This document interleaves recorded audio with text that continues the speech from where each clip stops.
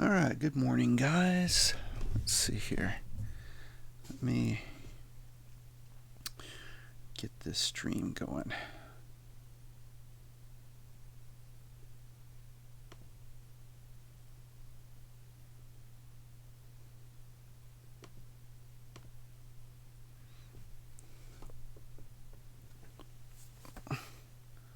All right, let's see here.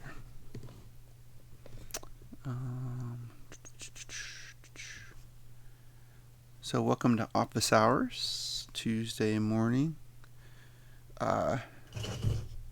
Depending on how many we got going here, we'll see what we need to get done. Hope you guys are doing well. Hope the week's going well. I chatted with a few yesterday for our. And can you guys give me a thumbs up? I'm testing a new mic. Let me know if I'm coming through.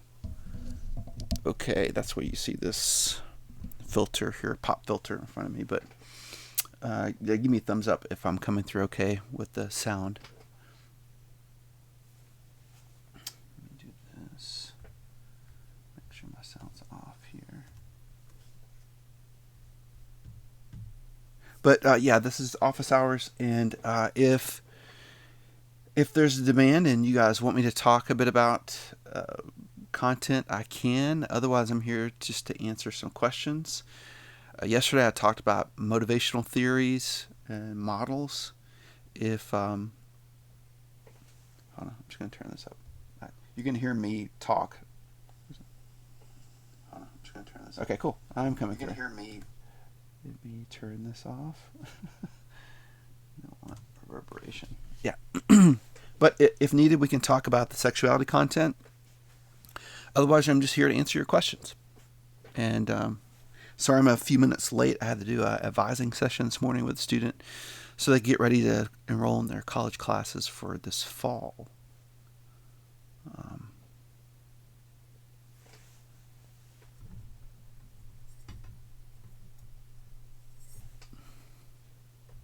Just so.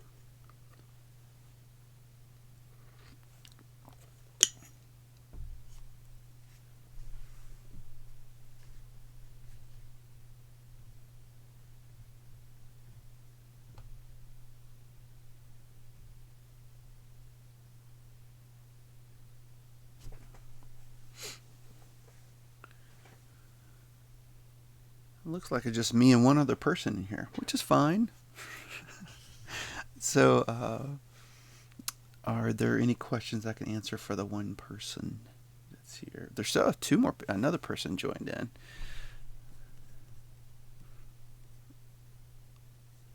Let's see here. Just double check and make sure everything looks good in eLearn.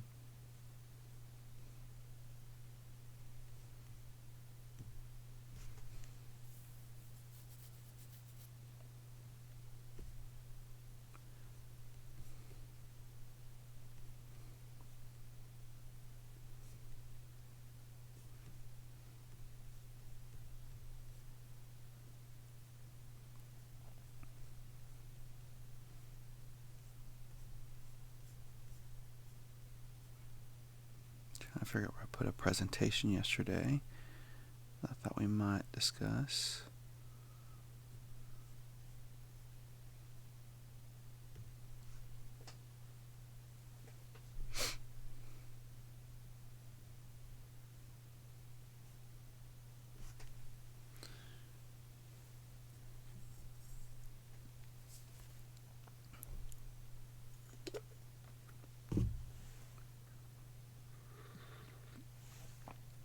Well, since there's no questions,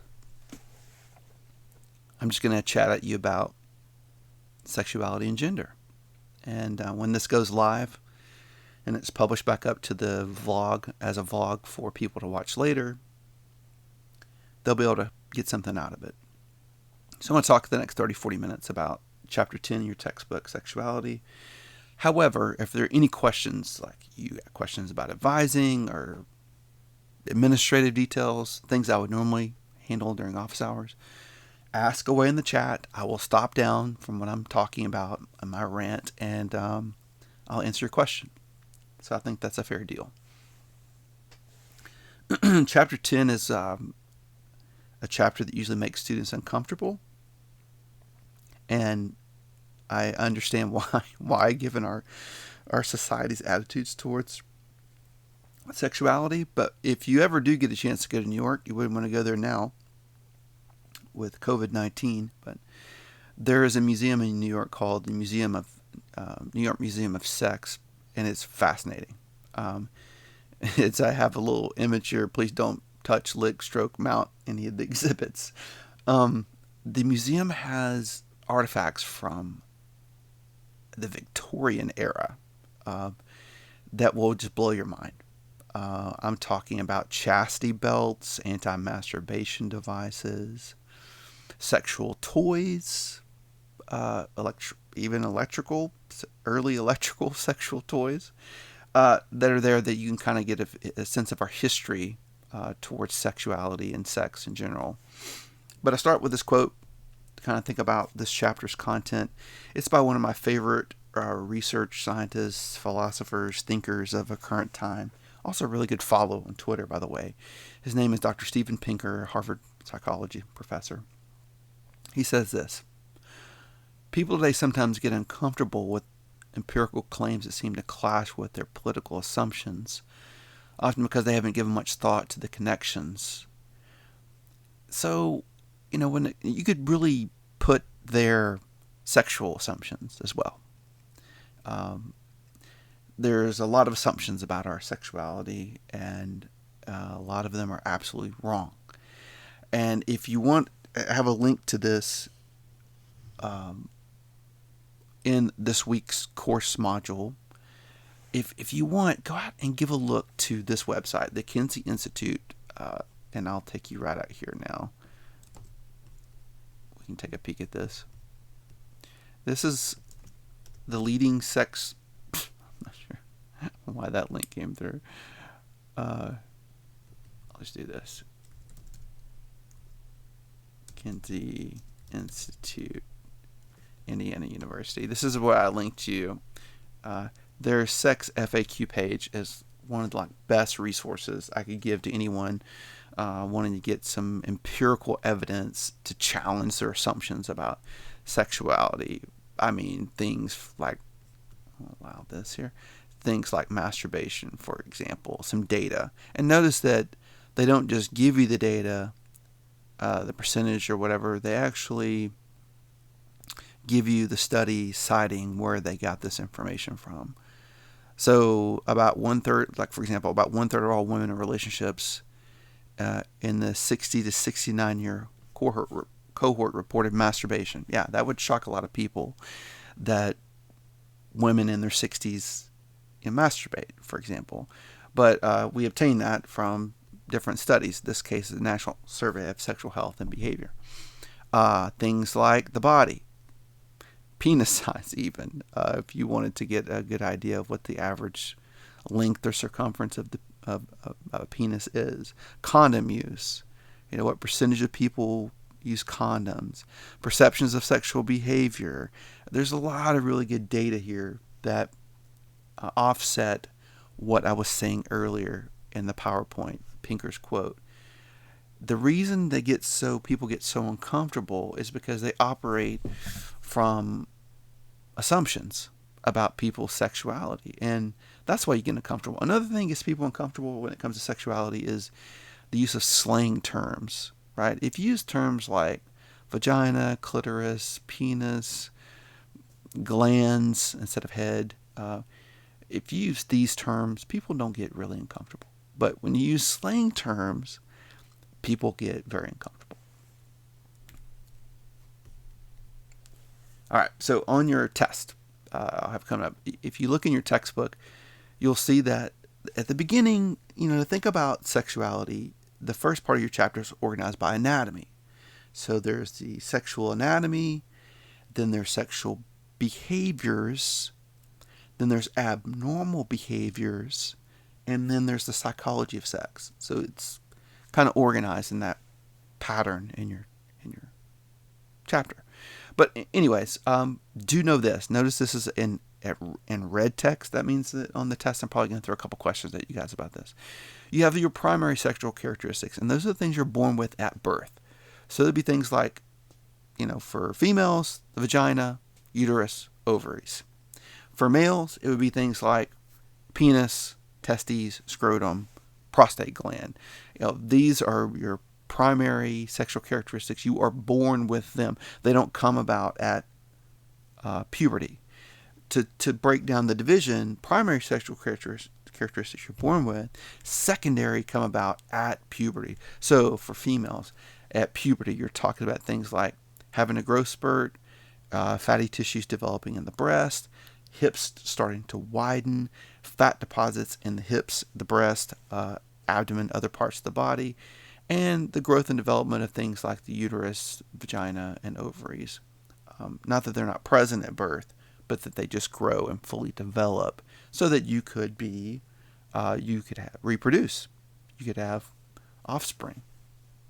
For males, you would see a larger Adam's apple deep in the corresponding deepening of the voice, facial hair, pubic hair, a more coarse skin texture versus a more fine skin texture, and then large increases in height during that time. Look, if you were to track your height as a male, like with my son, we have this doorway in our home, and since they've been 2 years old or so, or really since they've been able to stand upright, at their birthday we mark their height, and you could kind of watch their height as they develop throughout their lifespan.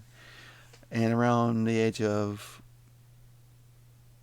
13 to 14, the increment from 1 year to the next goes like this. It goes 2 to 3, 3 to 4, 4 to 5, 5 to 6. And you get to 13 to 14, it's like this big jump, as in like multiple inches, 4, 5 inches in height growth between those years. You see that pronounced jump during puberty. All right, so this is not in your textbook, but I think it's worthy of our discussion. So kind of looking at male and female anatomy, I'm going to make this argument to you, and those in chat can certainly give me some pushback if you want. Males and females are a lot more alike than you think in our sexuality and our structures, our anatomy. And I'm about to prove that to you over the next few minutes. What you're looking at here is the underlying structures of the scrotum. We're talking about the scrotum, that being all the testes, the epididymis, the vas deferens, all the components underlying male sexual anatomy. If you look at that cross section here of the penis, what you will see, and I'm going to zoom in here, you will see 3 cavernous bodies. Why do I still have the Walter State logo? 1 second. The Walter State logo is still showing. Why is that? Let me turn that off. There we go. You will see 3 cavernous bodies here. 1, 2, 3. And these cavernous bodies work this way. Sexual arousal in human physiology is all about something called vasocongestion. Vasocongestion is a big word meaning blood flow to various parts of the body. For male and females to become aroused sexually, blood must flow to parts of their sexual anatomy. And with males and females, that results in blood flowing to cavernous bodies either in the penis here or in the clitoris, which is the female analogy to the penis. So you see this nice cutaway. You see these 3 cavernous bodies. Blood during vasocongestion will pool into these cavernous bodies, like spongy bodies. They soak up the blood, and you see this increase in both length and girth of the penis. And then the result is what? An erection. A full arousal achieved. So it's about vasocongestion or blood flow. Kind of change my zoom back here.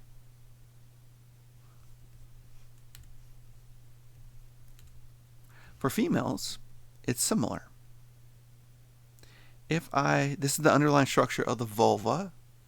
So if you remove the fatty tissues, if you remove the pubic hair, you remove the skin, and you look underneath the vulva, you would see things like the vaginal opening here, and of course you can't see the inner outer labia. Those have been removed. But what you do see is you see the opening to the urethra. You see the clitoris, both shaft and glans, or again what people often call head. And if you look at the clitoris closely, you should be thinking of another structure. You are probably thinking of a penis, because the clitoris and the penis are very similar in their design. They're dissimilar in their size, but they are very similar in structure, in that there is a shaft and a glans. And inside this shaft of the clitoris, there are spongy bodies, just like in the penis. And those spongy bodies do engorge with blood during vasocongestion. When a female becomes aroused, blood flow to the clitoris will cause not an erection like a male per se, but it will cause an enlargement of the clitoris.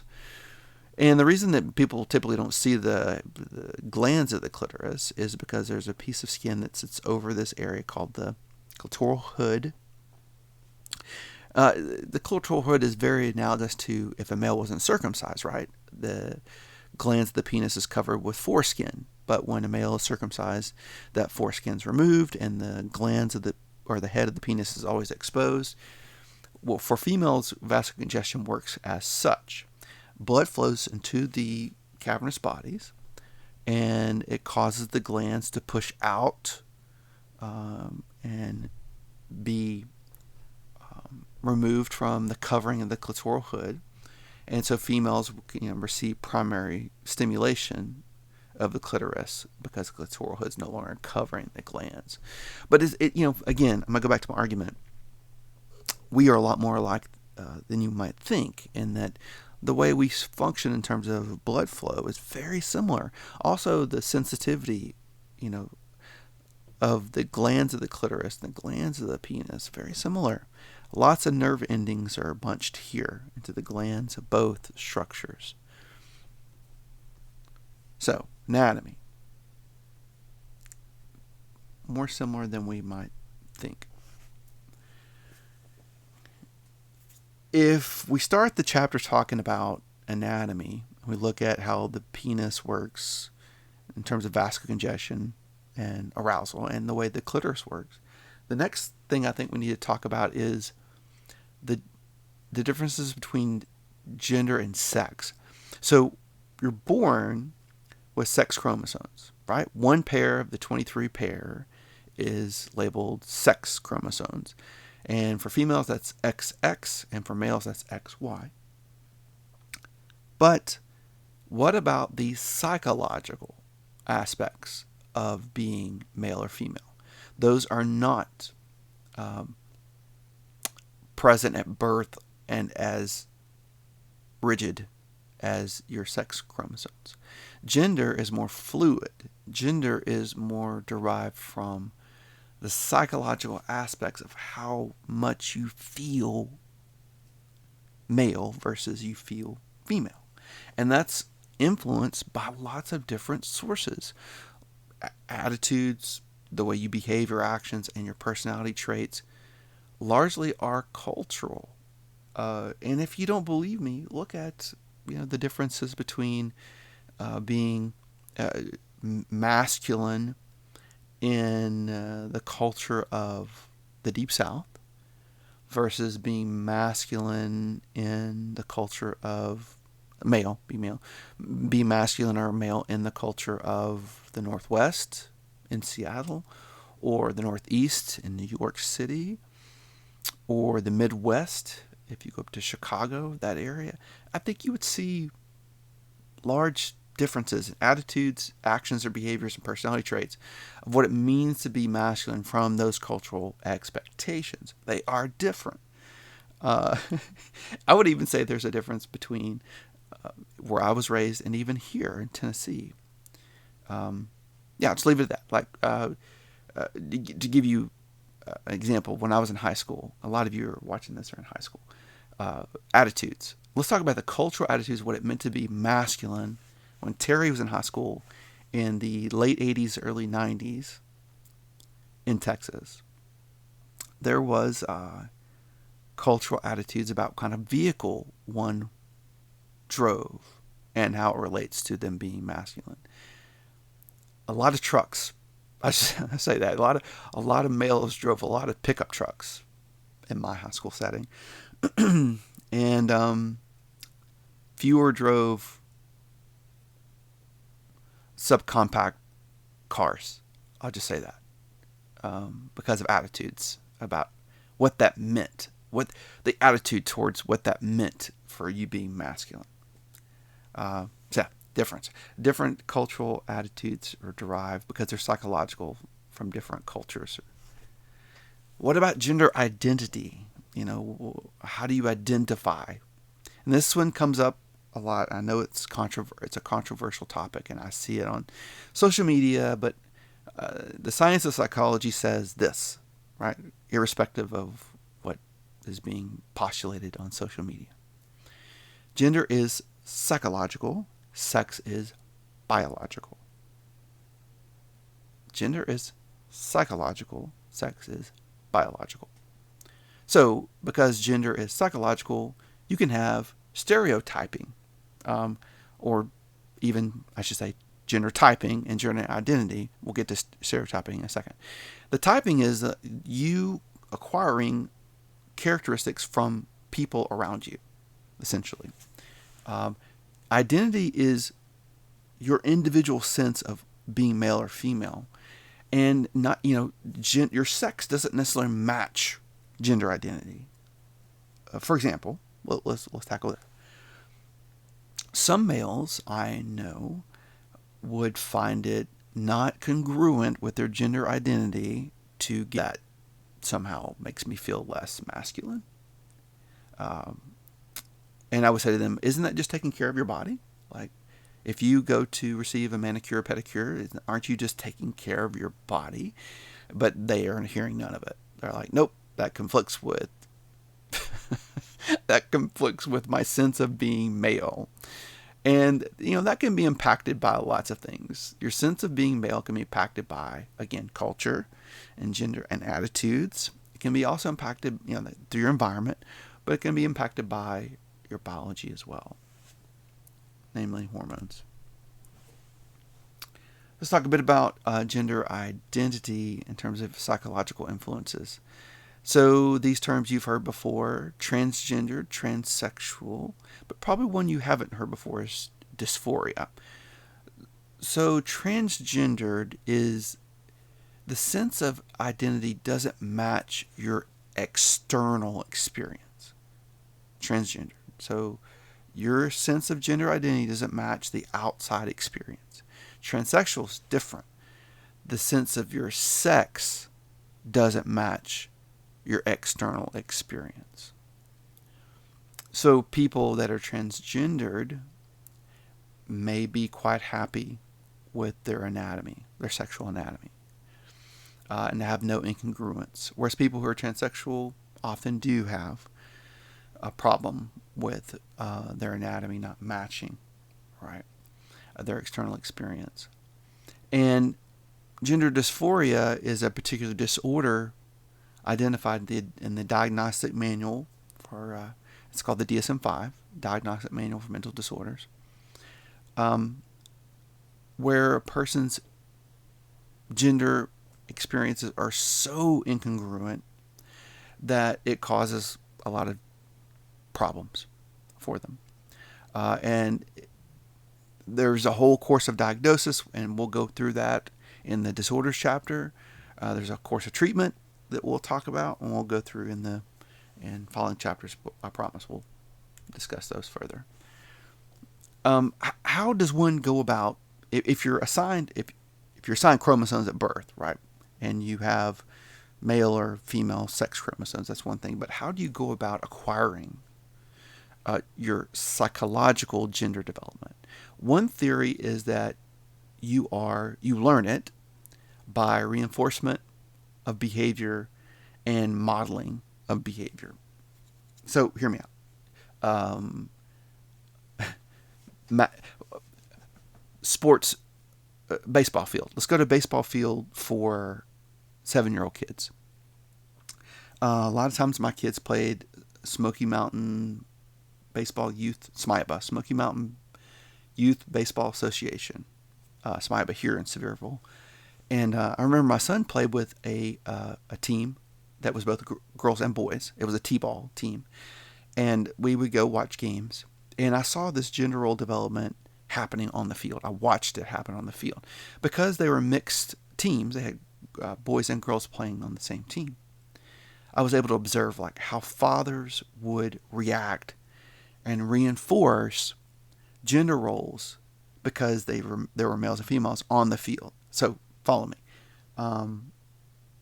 A male father in the stands, his son strikes out or misses a ball or has an error, and the son walks off the field and he's just crying, really upset. And I remember hearing this vividly many times. The father saying, "Hey, suck it up, Buttercup. Boys don't cry, right? Don't cry on the field. Suck it up. Wipe those tears away. Walk it off." They'd say things like that. Kid physically hit by a baseball, and the dad would be like, "Walk it off. Suck it up. Wipe those tears away." And in the same stands, right?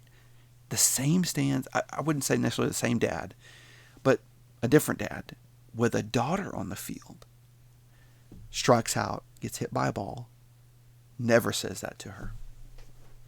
Never says, "Suck it up, Buttercup, wipe the tears away." Rather, reinforces the behavior of it's okay to cry. And to me, that was a phenomenal observation in gender role development as I'm watching it. Like, okay, you can be feminine and cry. And I'm going to reinforce that and positively reinforce that behavior by hugging you, telling you it's going to be okay, telling you it's okay to cry. And on the other hand, watching a father either use one of two techniques: negative reinforcement, suck it up, Buttercup, given that cold, aversive condition until the crying stopped. In other words, promoting the behavior of not crying, or using punishment to stop that behavior.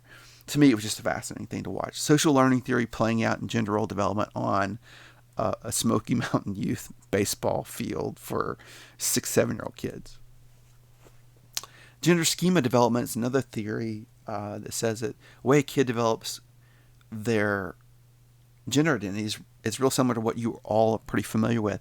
And that is this idea that schema, Piaget, previous chapter, concept, that we as children start to build concepts of what it means to be a male or female by observing the people around us and then integrating and adapting to our environment by watching and learning and building that concept of what it means to be male or female. So, for example, let's go back to the same baseball field and tackle that same issue.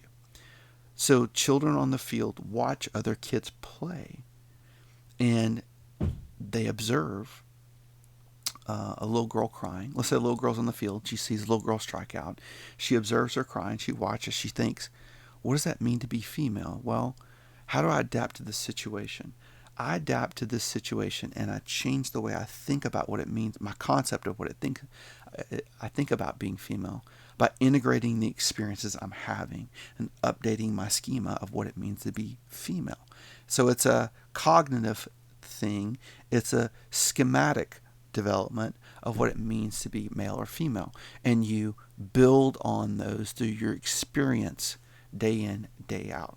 It's a cognitive kind of view of gender role development. And that leads us to thinking, cognitive thinking, right? So what about our gender stereotyping or thinking, the concepts we have about a group of people? Stereotype is a very simple, superficial concept that holds that a group of people are all the same. right? So stereotype. All girls cry on the baseball field, which is ridiculous. All boys should never cry. Um, and that's a specific stereotype we call a gender stereotype. So what it means to be masculine is you don't showcase emotion. What it means to be feminine means that you always showcase emotions. Those are oversimplifications of gender, and that usually leads to us making mistakes. We can also see stereotyping based in sexism about, well, males should be doctors, females should be nurses. When I was in kindergarten, I vividly remember this experience, guys. It stuck with me all these years, and I'm old as dirt, right? We had centers in my kindergarten class. We had a reading center. We had a science center with like an aquarium and fish and models of things. And we had a healthcare doctor center. And what would happen throughout the day is we would move from center to center. So we would go to one center in a group of 3 kids. We would read to each other. We would move from that center to the next. You guys get the concept. So one day, they're like, all right, Terry, you, and Kim, and I forget the third person, but I definitely remember Kim was with me. You guys go to the doctor center. So, you know, as kids, I sprint over to the center, and I didn't quite make it in time. Kim beat me to it, and she grabbed the stethoscope and the lab coat. A doctor. And next to it was like a nursing uniform, and I went to grab it, and my teacher runs over and says, Kim, no, you put on the nursing outfit. Terry, you be the doctor. And at the time, I didn't think anything about it. I just thought, hey, I won. I get to be the doctor. But looking back on it as a psychologist, all these years later, even if the teacher didn't intend to be nefarious, what she is enforcing is this idea of, well, males should be doctors and females should be nurses, which is a stereotype. And it's why we see a lot of deficits currently in females in STEM, science, technology, engineering, mathematics. We don't see, females outnumber males in undergraduate education, college education. Just go look at the numbers. Like, I think it's 60%, 40% roughly. There are more females in undergraduate education than there are males. And what happens, it's amazing, is that by the time they get to graduate school in the areas of science, technology, engineering, mathematics, is they sort of disappear. Their numbers, it inverses, it flips, where you have males like vastly outnumbering females in these fields in graduate education. Now I'm talking about medical doctors, dentists, engineers, mathematicians, scientists, these areas. And it just doesn't make any sense unless there's some underlying concept that they shouldn't be there. I will give another example for males. Kindergarten education. There's a disproportionate number of female kindergarten teachers. Not that females aren't great kindergarten teachers. They are. My point being is this. There could be great male kindergarten teachers too. It's just that we don't see as many of them, and I largely think it's because of this idea of stereotyping and possible prejudice that comes along with it. The last term here, if you just kind of nonchalantly accept these stereotypes, you could clearly see how that benevolence leads to sexism, right? So if you are in a position of power, hiring, teaching, whatever, and you just kind of are benevolent about that stereotype, you accept that stereotype, it leads to benevolent behavior on your part, which leads to unfair treatment. What you want to strive for in this this continuum of being masculine or feminine. Let's see if I can find this.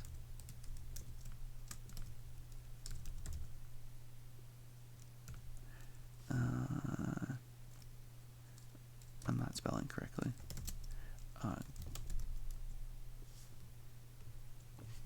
See if I can find this. I always draw this on the board. I'm sorry. One second. Androgen. I cannot spell. Androgynous. There we go. That's what I'm looking for.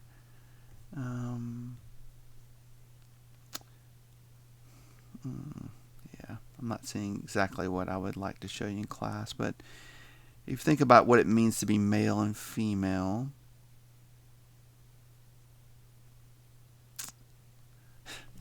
dare I get out a paint program and draw? Boy, that would be scary. Let's not scare people. I'll play with one. I'll draw you one, but imagine, guys, that on a continuum. On the left, you have what it means to be overly masculine. On the right, you have what it means to be feminine. In the middle is androgyny. In the middle is androgyny. And what I mean by that is that you are stable and you are flexible in your roles and your gender identity to showcase attitudes and demonstrate behaviors that are not overly skewed one way or the other. Let me give you an example of this, of what it means to be androgynous. Traditionally, when it comes to raising infants, caring for young human beings, you often see females take on the attitudes and roles of being caretaker in terms of like changing diapers, getting up with babies in the middle of the night when they're crying. And if you want a good, happy marriage, let me encourage males to be androgynous here and take on those roles, take on that attitude and those behaviors of doing those kind of tasks to help with raising that child, even though traditionally that's not deemed masculine, right? That's deemed more feminine. But if you do that, you're more balanced in your roles and you're more balanced in your gender identity, and you will tend to have, as research shows here, less depression because you're more fluid and you're more flexible in the way that you demonstrate. Be androgynous. Be in the middle of that continuum. Makes for a happy life. Our gender differences. So there are some cognitive differences in that we tend to see differences in thinking. Males tend to showcase advantages in mathematical and spatial skills. This isn't biological in any way. These aren't fixed intelligent differences. Make no mistake about it. Females can often, a lot of researchers would argue, outperform males in these areas. It's more of a preference based on gender types. Females often showcase superiority in verbal skills, and we see overall over time, as more people are becoming more androgynous, decreases in differences. Where there's, these differences, we chalk them up to really gender typing in the past. Social and personality differences. Males tend to talk more with each other in a report style, like, let's get this over as fast as possible. This, in a list format. And females tend to talk more in relational communication styles. Relationship building. Nuanced conversation.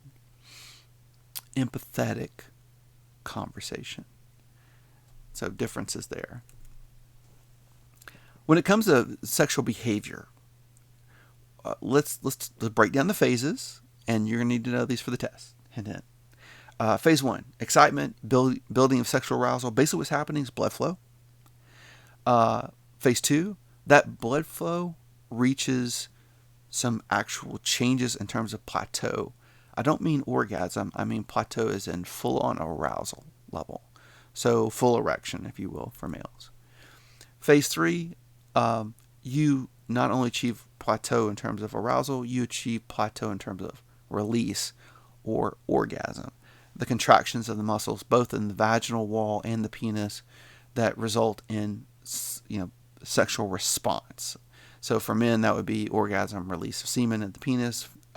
For females, that would be contraction of the vaginal walls And the difference is obviously here is that while males will have that orgasm and it's done over with, females can have multiple orgasms. Phase 4, and this is more so for men than women, is resolution, where after you achieve orgasm, your body starts coming back down to some normal state. And we call that in men the refractory period, where a male achieves orgasm, he ejaculates.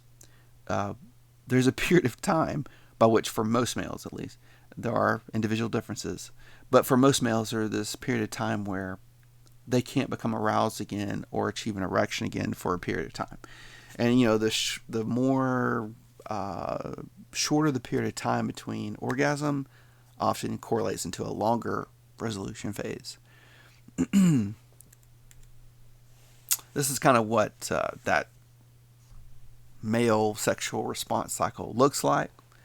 Excitement at the bottom. So vasocongestion begins, blood starts flowing to the penis, those spongy bodies I showed you guys earlier. Plateau, here full on achievable of arousal or erection, and then orgasm, and then the refractory period where you fall back off and you're dropping down to state of resolution. This would be an offset of that refractory period after multiple orgasms. The female cycle looks a bit different. As you can see by the peaks here, multiple orgasms possible, followed by falling off or resolution.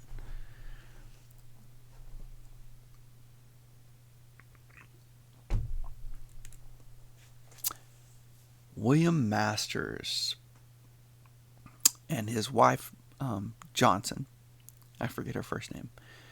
I think it's Elena. I'm not sure. Anyways, they were some of the first psychologists to study sexual response. They actually had volunteers in their lab, and they actually recorded them on film, measured both masturbation and sexual intercourse responses. They were kind of the leaders in the field, along with Alfred Kinsey, hint, hint, the Kinsey Institute at Indiana University. Kinsey taught there. But they were some of the first researchers to study sexual response, and along with Alfred Kinsey, as I mentioned earlier. And they identified some phases we're going to talk about as well. So Johnson was important early on in kind of measuring these things, recording these things. Kinsey took it to a whole nother level. He did a lot of surveys, interviews, one-on-one interviews with people, asking them about their orientation. When I say took it to another level, he really took it to another level in that in his lab, he had researchers, and they, for example, had sex with each other. They had sex with each other's wives. So he kind of pushed the ethical limits, if you will. If you want to see this play out in film, there's a film, I can't remember how many years ago it was produced, but called titled Kinsey. Is starring Liam Neeson. If you ever want to watch the rise and fall of Kinsey, because he did fall. He wrote 2 books. The first book he wrote was on male sexual response. People loved it. The Rockefeller funding mechanism gave him lots of money to do research. But then he made the catastrophic mistake of writing about female in the 40s and 50s. That, writing about female sexual response, it was not received nearly as well, and subsequently lost a lot of his funding, had a pretty precipitous fall as a scientist, not anything of his own doing, other than people I don't think were quite ready for some of the controversial findings that he revealed through his research. But one of the biggest things he revealed, I will say this, is he revealed that when it comes to our orientation, that we are on a continuum. I was talking about the continuum of gender identity. Let's look at Kinsey's continuum. Yeah, it's this right here. I'm trying to blow this up so we can see it. Kinsey would argue that we are not as dichotomous as we like to believe, in our orientation. And when I say orientation, of course, I'm talking about how attracted, I can't speak, how attracted we are to, there we go. Why can't I launch this? There we go. Our attraction to other people. So on the left side of the continuum is exclusively heterosexual, which is where a lot of us like to believe in our mind we are. On the other side of the continuum is exclusively homosexual, and that's about where 3% of the population, I think, believes that they are. But what Kinsey found, actually, was that most of us are somewhere here in the middle, where we're not exclusively heterosexual or homosexual, but that our attraction is somewhere here in the middle. And I know what many of you are thinking right now. You're like, that's not me, Terry. There's no way. Okay. If that were true, and you had no attraction, let's say you believe that you're purely heterosexual, and that there's no way that you have any attraction for same sex. While Kinsey used a survey to measure this, we have some new tools today to measure this. And to kind of help make that argument, let me show you them. They look like this. This is the penile strain gauge. This is a photoplethysmograph, and these are my graphs. And currently, the way we measure arousal, and we can look at orientation through arousal, for example. So, okay, let's say you're a purely heterosexual male, and I wanted to measure that arousal. We could, in a lab, have a participant place this penile strain gauge over the penis, towards the base of the penis, and a flaccid penis, non-erect, no blood flow. Then, in a lab setting, a researcher exposes this participant to a sexually explicit image and or film. And if they're of, let's say, intercourse, or of a female, let's say this is a male participant, obviously, and we expose them to explicit sexual images of a female, what would happen, right? Vasodigestion would happen. Blood would start to flood the penis. In those cavernous bodies I showed you guys earlier, they would engorge with blood. And this little loop here would start to stretch out around the girth of the expanding penis. And inside of this penile strain gauge, what's going on is there's a tiny channel of mercury. And in that mercury, there's a small amount of voltage. This is where it usually scares most guys. Don't worry, the strain gauge is completely insulated. Your penis is not going to get shocked in any way. And so, as the girth increases, that tiny channel of mercury thins, and the conductance, because there's electrical current running through it, changes, therefore giving us a quantitative measure, a number, showing your baseline and what you achieved in terms of arousal. Funny thing, I want you guys to think about this for a second. Sorry, my stomach's growling. If I take a heterosexual male who believes they have no attraction to males, and we put them in a lab setting with a penile strain gauge, and I show them attractive males, there should be zero blood flow, right? Right?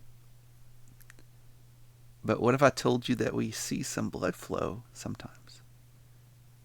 And purely heterosexual males. Makes no sense. Anyway, think about that. Also, we've used the penile strain gauge to look at how depressants impact arousal. So imagine a lot of people say that the best sex they've ever had is when they're drunk, which is ridiculous. Alcohol is a depressant. It depresses the central nervous system. Central nervous system, along with the autonomic nervous system, is responsible for blood flow. So, doesn't make sense. If you introduce depressants, that means you have less blood flow, means you have less arousal, and that's exactly what we find. You can see studies that have shown lowered arousal after people drink alcohol. Not to leave females out, but we can also look at getting back to Kinsey's continuum here, what if I wanted to see females that said that they were exclusively heterosexual here? How could I measure their arousal? Because you can't really equip their clitoris with the strain gauge. That wouldn't work. What you can do is you can insert this photoplethysmograph, which is about the size of my pinky. It's very tiny. You place this inside the vagina, and this plethysmograph has got a clear, as you can tell, plastic body here. And inside that plastic body, there are light-emitting diodes, or LEDs. These LEDs protrude back to the vaginal wall. They shine a light back to the vaginal wall. So if the vaginal wall is filled with blood, vascular congestion, the light will reflect off that wall at a lower frequency than if there's no blood in the wall, or less blood in the wall. And that gives us quantitative measure of blood flow to the vagina and arousal of a female. And so I can put them in similar circumstances and have similar kind of test. Myographs are different. This is a vaginal myograph, the larger one, and this is an anal myograph. The way these devices work is they're placed into the vagina or the anus, and this stainless steel piece you see here moves out this way. It moves out against the vaginal wall. You may be thinking, why would you want to do that? There are disorders like vaginismus, where you have intense contracting of the vaginal wall, where you cannot fit anything inside the vagina. So imagine that a couple wants to have sex. They want to have sex, and the female suffers from vaginismus. It's painful, or it's not possible. So what you could do is you could go through therapy settings with myographs that expose females through therapy to this offsetting, this pushing back against that muscle contraction to therapeutically alleviate the symptoms of vaginismus. So I haven't read a lot of studies with anal myographs, I have to say, not a lot. All right. What do I want to finish off here with? Yeah, orientation. So we talked about anatomy, we talked about gender, we talked about sexual response, we talked about how to measure sexual arousal with all these devices. Let's last leave with orientation. So one thing I want to start with is this. Anatomy doesn't equal gender, and that doesn't equal orientation. Anatomy doesn't equal orientation, that doesn't equal orientation. People in their mind have this idea that you're born with a penis, you're heterosexual, you have attraction, you're masculine, and you have attraction for females. And that's not always the case.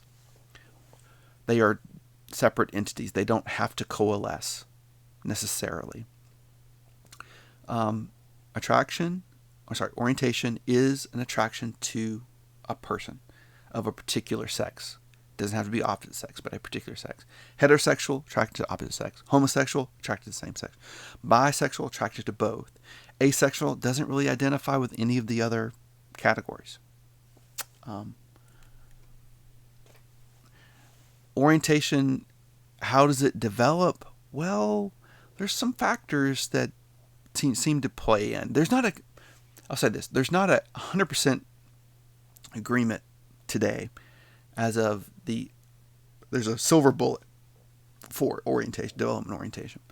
We know that some upbringing and experiences can play a factor. We also know largely that genetics and biological factors seem to have an influence. We also see some differences in birth order in terms of orientation. I would say if there's a needle leaning towards what evidence is most supportive, you're tending to see more biological evidence being more and more supportive today. Not to say it's a silver bullet, that we're all in agreement, but the evidence leaning more towards biological. We tend to see that in neuroimaging studies that heterosexual men and homosexual women seemed very similar, whereas if you look at homosexual men and heterosexual women, they're more similar in the size of certain structures of the brain.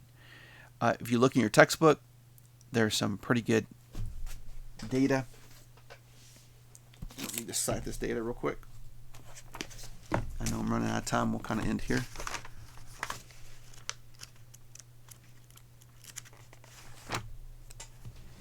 I want to read it to you because I don't want some of you skipping over it. Researchers found that 52% of identical twin siblings were gay as compared to 22% of fraternal twins and only 11% of adopted brothers and sisters. Well, what's the significance of that statement? Well, monozygotic twins have the exact same DNA, right? They have a 52% agreement rate in their orientation.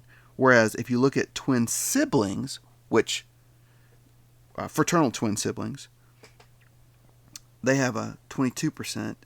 And if you look at siblings just not twins at all, born in different time periods, they only have an 11% agreement.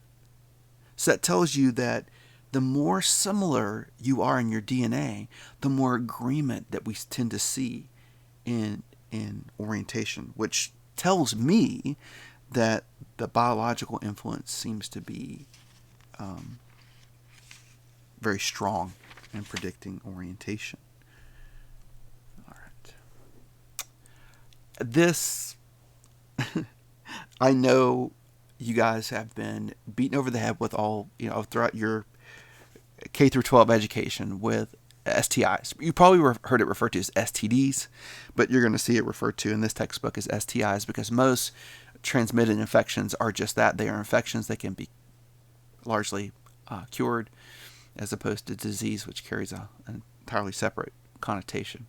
But I would want you to be familiar with these, but again, I'm not going to overly emphasize them in the testing because you've been tested over these throughout your K through 12 career. I want to end on this idea. We're going to wrap up today's talk, office hours lecture, whatever you want to call it. When it comes to sexuality and sexology, the study of sexuality, there's this continuum. I'm stuck back on continuums today, right? Of on one hand having knowledge of your sexuality, and on the other hand of the continuum just trivializing it, assumptions, stereotypes, innuendos, a lack of information. And I would just say to all of you, with an increased knowledge or understanding of the diversity of sexuality, we have a lot more freedoms that come along with that. But then that also leads to a lot more responsibility on the part of the person that has that. And if you're thinking, what are you talking about, Terry? This sounds all like pie in the sky information. Think about it this way. I always said with my oldest daughter, we would have talks, when she was 13 years old, 14 years old. And she would get uncomfortable and she wouldn't want to talk to me anymore about it. And I'd say, hey, come back when you have questions. And we continued to talk and she continued to have questions. And I always felt like I knew I couldn't make her decisions for her. That's her responsibility at some point, right? She becomes an adult, even an adolescent, like a lot of you are adolescents. She's going to have to make those decisions when it comes to her sexuality and her health. That's her responsibility. But I never wanted her to make those decisions without having the knowledge to make the best decision for her life, her health, and her well-being. And I would say that to you guys, this chapter makes some people feel uncomfortable, as I mentioned in the beginning of the slideshow. But that's because a lot of people rely on assumptions and trivialization when it comes to sexuality. The more you know, the more you understand, the better decisions you're going to make for your life. And so that's why I want to end on today. And I would say to you to pay close attention to the concepts of this chapter. I hope you enjoyed this talk today. If you have questions, comments, concerns, hit me up, email. Take a look at the Kinsey Institute at Indiana University. A great resource for information to help you make the best decisions for your life. And on that note, I'm going to call it a day. So thanks for you guys coming out. Thanks for hanging with me. The 4 of you I see watching in chat right now, thanks for hanging out with me. I hope your week is going well. Hit that content this week. Knock out all your requirements. I'll be grading papers. I haven't started grading one yet. I've been busy yesterday and today grading discussion boards, but I plan on getting started later today, if not tomorrow. So yeah, thanks for coming, Austin. Have a good day. Thanks, guys. We'll see you next week.